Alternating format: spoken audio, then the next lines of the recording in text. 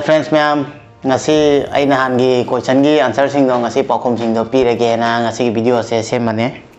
aduna nahangi video da ina semamba aduga ma'am na question hangbiro aduga answer pi ge haiba matang do adugi topic aduga ni ngasi gi video se pakhom se mam tawra pijarage ngarang nahan video je hap ke khalam mani hap ngamdre hakchang khara nuwarande adu ngasi nuwai bani na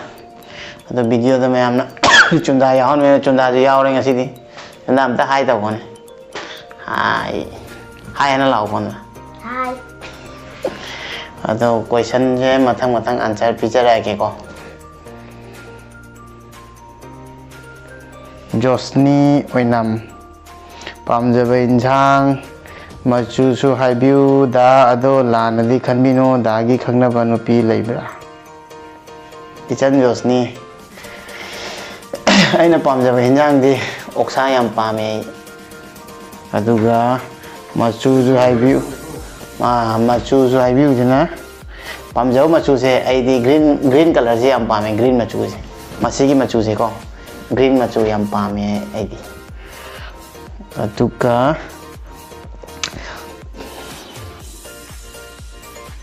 khangnaba nupi di laiti khangnaba nupi thamdaba nupi khangnadaba kuire aise adaidi hojikti khangde aigi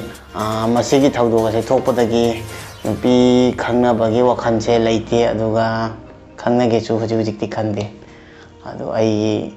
tungi oiba aigi pibam pirep khara haibati matik chaba kainomtang oijagi ge na khalli aduga nupi gi matang sidi aigi laibakta lairamba isorna tambibado isorgi lila ngatani ko hojik soina ori bibam je duna mahangna kari ibira pa aigi laibakta kari iba adu sum ojarani hena isorda sum thadre he chan masigi matang sidi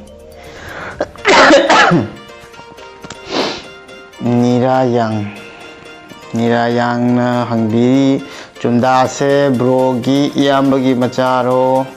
yam nungsiye masu adum yaholako aduga ima baba ichilinaw gi mingsu haibirako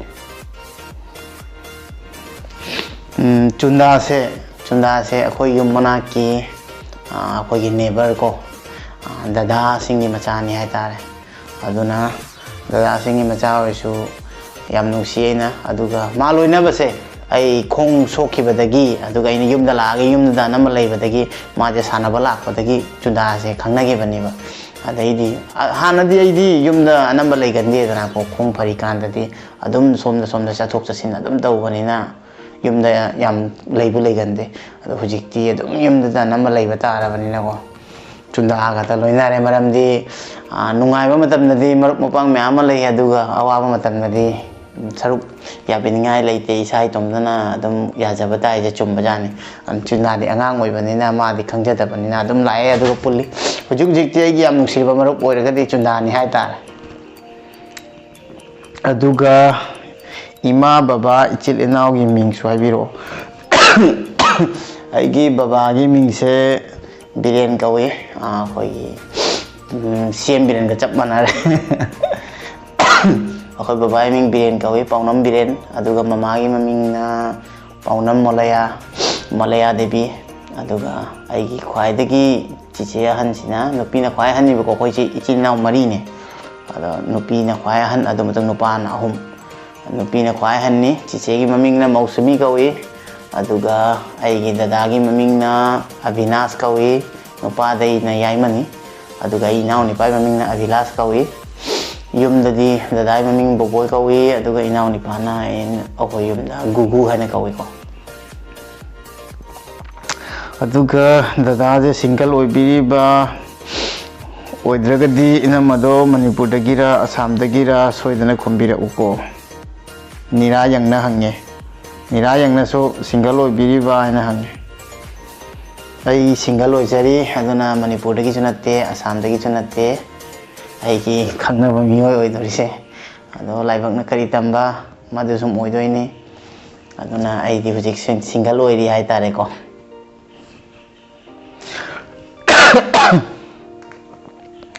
mathangda Roshni ꯑꯣꯏꯅꯥꯝ ꯏꯆꯟ ꯔꯣꯁꯅꯤ ꯑꯣꯏꯅꯥꯝꯅ ꯑꯃꯨꯛꯀ ꯀꯣꯏꯁꯟ ꯇꯧꯔꯦ ꯗꯥꯒꯤ ꯆꯍꯤ ꯀꯌꯥ ꯁꯨꯔꯒꯦ ꯗꯥꯒꯤ Instagram ꯀꯃꯥꯏꯅ ꯍꯥꯡꯒꯦ ꯑꯩꯒꯤ ꯆꯍꯤꯁꯦ 32 ꯁꯨꯔꯦ ꯏꯆꯟ ꯑꯗꯨꯒ ꯑꯩꯒꯤ ꯏꯟꯁꯇꯥꯒ꯭ꯔꯥꯝ ꯑꯥꯏꯗꯤꯅ ꯑꯕꯤꯖꯤꯠ ꯁꯤꯡ ꯄꯥꯎꯅꯝ ꯍꯥꯏꯅ ꯂꯩꯕꯅꯦ ꯑꯕꯤꯖꯤꯠ ꯄꯥꯎꯅꯝ ꯅꯠꯇ꯭ꯔꯒ ꯑꯕꯤꯖꯤꯠ ꯁꯤꯡ ꯄꯥꯎꯅꯝ ꯍꯥꯏꯅ ꯑꯗꯨꯝ ꯊꯤꯕꯤꯌꯨ ꯑꯗꯨꯝ ꯐꯪꯒꯅꯤꯀꯣ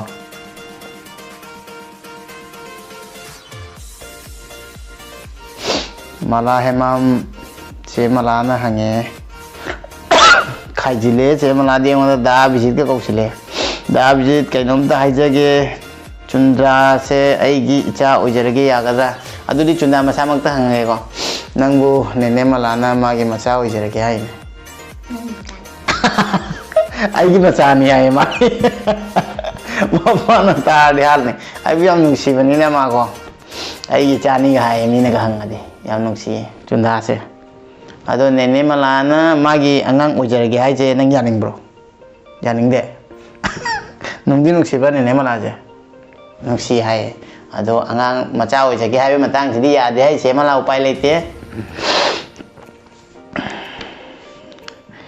लंचेनबी चनु इचन लंचेनबी चनु ना दागी सब्सक्राइबर सिंग मरक्तगी दागी दमक पुंसी कथोक चगे हाइरक पयावदी मबुंग माबु लौसिन बिगद्रा यामना अरुबा क्वेश्चन ने इचन थमिजिदि आई असी पाउखुम पिफम खंगे इचन हाइबदी आइगोंदा दादाबु हुजिक हुजिक सु दादाई दंतन लेपी गे हाइबा मैम थोपी को मखोय सिंगबु तसेंगना हारगदि आई याम रेस्पेक्ट तौजै अदुगा इकाई खुमनाजै मखोयना अदमायना हाइबिरकपै मरम मरमदि फिफमजु चाजदि अदुगा काइंदु सुदे हुजिक हुजिक जॉब आइदि इंटरव्यू था लै जॉब सु फंगद्रि फंगनी फंगोयजु खंगदे अदुगा आइगी पुंसी जिदि सि उरिसिनि सि अवाबै अवाबा ngतनि आई अवाबदा मिंगोंदा सरुक याहनिंगदे कोनगिदि तुंगदबुदि करी थोप खंगदे अदु आई यारिगे इसाना इसागे लोइनमक अवाबजे सरुक इसाना सम पुजै अदुगा फैमिली की सपोर्ट याम तौइ आइबु अदुगा ngamikhै इसाना इसागे लोइनमक ngamnaba honajai hujiक हुजिक फाउदि अदुबु तुंगदा को तुंगदा आइगे लाइबक करी तमंबा अदुगा आई पुनिंग होंगकपा अदुगुंबदि मसाना लाक्सरसनु हुजिक हुजिकति आई अदमायना करी खंदरि अदमाय हाइजनिंग कोइसन रोसाना थौनाउजम नसु दादा से चही कयामुक सुबिरगे हंगे दादा चही 19 चंगे अदुगा दादागी आखोइगी स्कूलिंग सर्टिफिकेट तदी अदुगा आइगे एवरी केनोददी 19 मनाक्ता लई अदुगा असेंगमददी दादा चही 19 सुरेको असेंगमतने न खोमि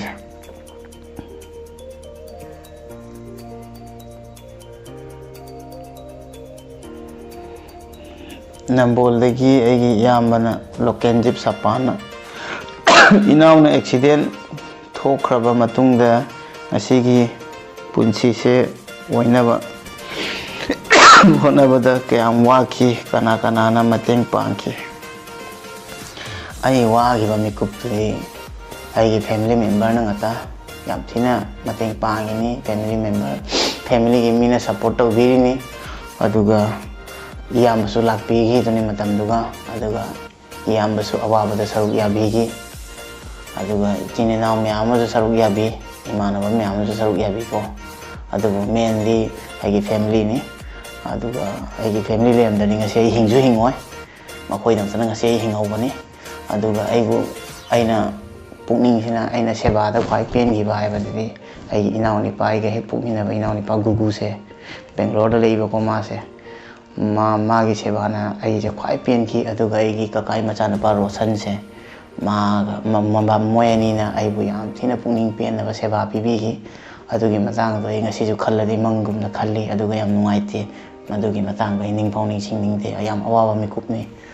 मरम अदुना आइगी इनावनिपा गुगु से आई मपोक खुदिंगी माबु इनावनिपा हाइना फंगजगेना ईश्वरदो आइ निंगजै खोरमजै मरमदि आइ यामना नुसिजै माबु माना तौकियो आइ मनाक्ता मातनि यामना तोइन लैबिगिबको अदैदि आइगी चिचे आइगी दादा मामा बाबा लोइनमकना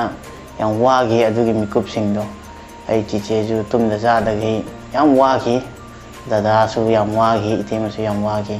mayamna ai bu yamna support tawbiraga ngasi ai si phibam ase yaurapani aduna ai sai chicheju nuksijai dada ju nuksijai itema bu ju nuksijai ima baba ai family support na yauramdragadi ai ngasi si phibam ase leiramaro ai family gi yam chawra support ne aduna awaba mikuptadi family natana kanamtana support tawbiningai leiroi adugi mikup to hai patare aduna family ne khwai important ne ada myam su kaubi gano family ga rao rao leimina view aduga family gi support na khwai maru ni family nungsina view madu matang haijaningi hai patare ko yamba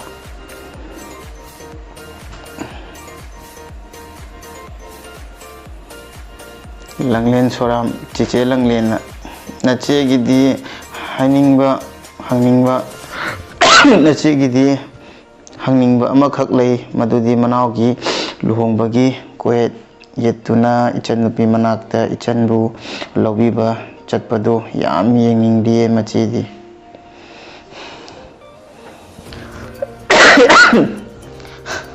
chiche madui matamdo khangde kam kan lakpa chiche lakpa kan da chiche dam thengna ga da lei kaino ado ai lai chiche gi hana luhong do madu hana sin gi chiche luhong ba yaw doine mathang da yai phaba hoi drom du chiche comment du ga changai ne che akhoi su yeng ninge naw yai phaba nang gi luhong do madu ne hana ngai che madu hana yeng gi che madu hana yaw gi ko ado matung da ai gi mu yeng aloi le ko nang gi hana luhong gi chiche ga noi ni gi ado matung da yeng Bimal Singh on the comment like give some name of your aunt family, also photo like his son name and his grandchild name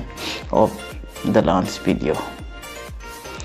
Bimal Singh comment ase masi agi dada ne nene gi masanu pane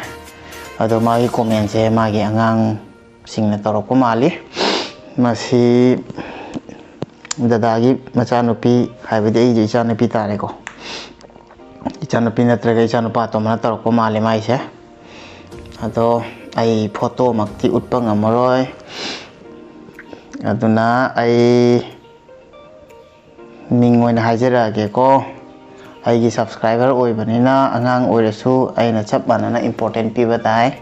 aduna ai pakum pira ke ko akoi gi khwai ne han se magi masu ne comment tawai se aduga magi nene gi maming na thoibi kawe aduga machanupa ani ne aduga machanupi ani aduga chiche khwai hanse khoi gi lebangini kawe aduga mathangi dana niru kawe aduga animak chiche madi akhoi somna sum yum pale amana manipur chingmairon da pale aduga mapwani haibadi egi dada ni se amai mingna Bimal kawi amagi mingna Joychan kawi ko itema ni gi maming se dada hangi itema hanna Rani kawi aduga mathangi khoi dada tomnai mrs ki mamingna Bondi kawi aduga macha sing maming di khoi na piu cho piu ga lao aduga amko comment pari lao nang chang mo lao dada hangi chanapi jina miya kawi yumda yamna nuksina miya kawi aduga dada atombagi machanapi ahan jina Angkita kawi yumda aduga atomaduna nuksidana ina motokolo haina kawi yam unique ming ne ai anangi ming thon je aina kauning bada kausin mine ki matangi question next question Praveen Pandit ki taraf se which is the best weather to visit Assam Praveen bhai Assam में घूमने के लिए आप spring में आने से बहुत अच्छा होगा नहीं तो समर में भी बहुत यहाँ पे गर्मी होता है और विंटर में भी आप आ सकते हैं लेकिन बेस्ट आपका अप्रैल में रहेगा आप अप्रैल में आने से अच्छा से आप यहाँ का नज़ारा भी देख पाएंगे अच्छा से घूम पाएंगे और वेदर भी बहुत अच्छा होगा तो प्रवीण जी आप अगर आसाम में घूमने के लिए आना चाहते हैं तो मेरे ख्याल से आप अप्रैल बेस्ट रहेगा आपके लिए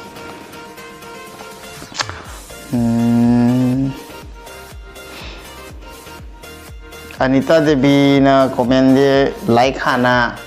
haina aionda like hana na ichena symbol ma pireko ado question answer din natre ado isu yam nusi ichena ai video ubuga like hana haina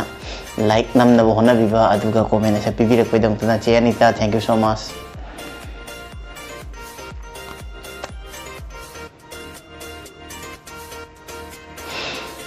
The desert the desert highway account je चुंदा की friend ने मान हाईरे जे इस बच्चा का नाम चुंदा है ना। हाँ रणबीर, रणबीर कभी माइमिंग को हाँ रणबीर इस बच्चा का नाम चुंदा है, ये तुम्हारा दोस्त है। हाय रणबीर तो कौन है? रणबीर नहीं है रणबीर तो हाय तो रे अतो ये क्वेश्चन आंसर लो रे याम ली अदु गई दंग तने याम यामी हाय तारे आई मरमदी आई ओंदा मरु अगोंदा भेलू पिबिरगा मतम काइथोगा आई दंगना क्वेश्चन आंसर खरा हंगबिरकपा अदुगा आइबु आइगी मरमदा खंगबिनिंगबा अदुना ताकपदि आइबु नुंसिबिबगिनी अदुगा आइबु खंबिबगिनी अदुगी दंगना मयाम बो तसेंगना थमोय सेंगना नुंसि अदुगा थैंक यू सो मच मतम हा काइथोगोसु आइगी वीडियो सि यंगबिबगी अदुगा आइबु सपोर्ट तौबिबगी दंगना अदो चैनल असिदिगा अनो बोइबिरगदि लाइक सब्सक्राइब कमेंट तौबो काउबिगनो अदुगा वीडियो से नुआइदि शेयर तौबिउ अदुगा आइगुमना इचिनिनाव कयामा फिफम चादबा लेबिरंबसिंगदो मखोइदा सपोर्ट तौबा ngamnaba हाइबदि मखोइना चो फमुंगदा हिपतना तारगा नुआइतना लेबा मतांगदो मदु खतने एगी गोल से अदु तनि आइना वीडियो खुदिंगदा हाइजरिसे मखोइनि येंगागा मखोइदसो थौना हापा अदुगा नुआइबा वखन आइना तौरगा आइना सुक नुआइना लेरगा मोइजु करि ngam अदुना मखोइदा आइना खरा थौना हापा ngamnaba ai वीडियो सिंगे सुम साम सेमा सेमा हापनी अदुगा मथंगदा करी टॉपिक से सेमक सिगे मदुसु सुम हाइबिउ